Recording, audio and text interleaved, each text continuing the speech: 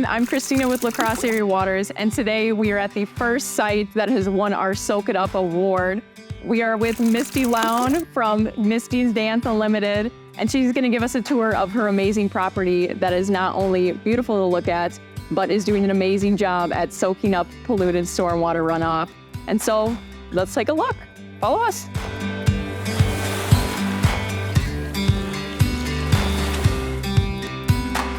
So you constructed this site in 2018. At that time, what made you consider stormwater mitigation in your design? Well, about 10 years prior, we had constructed another site and we did not consider stormwater mitigation, and we actually had some property damage in some of our heavier rainfalls. So when we came to this site, we knew we wanted to approach it differently. And so what are we looking at here? What I affectionately call the South Moat here. And this was intentionally designed so that it can take the stormwater runoff. And in 2018, when we had those really big storms, this entire thing was filled with water. I came out to see it, and did the idea work? Is it really going to hold? And it did, but it looked like a lake. Yeah. And it's been doing its job ever since.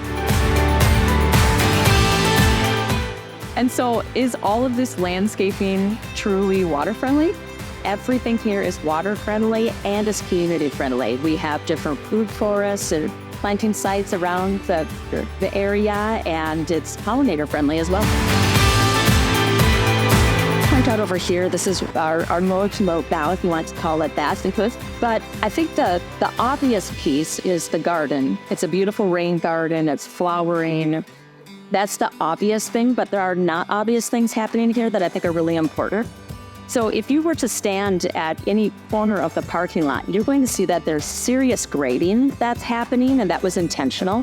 When we acquired the land, it was absolutely flat. This just was a flat field. Mm-hmm. So, from first shovel strike, when we had to come in and clear the land, we were shaping the land so that when we put this amount of hard surface, we knew we wanted to direct it to the rain garden. So, the drop from the street all the way to this corner is pretty significant, and it's also for curb cuts there. So there's all sorts of things happening here that might not be as obvious as the beauty of the rain gardens, but they're just important.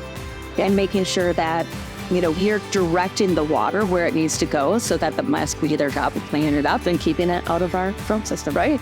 I mean, the rain gardens wouldn't be there if we can't get the water to soak it up.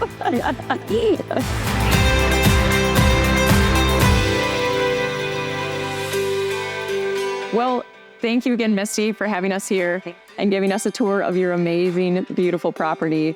And is there any advice that you have for anybody in the community who is looking to take action but doesn't quite know where to start? I think two things. Start small and get an expert alongside. There are so many people in this community who know about this, they care about this, and I didn't know, so I found the expert. I just started small, and we've added over time. Yeah. Well, you heard it here first, folks. There is something you can do to protect our waterways and reduce stormwater runoff.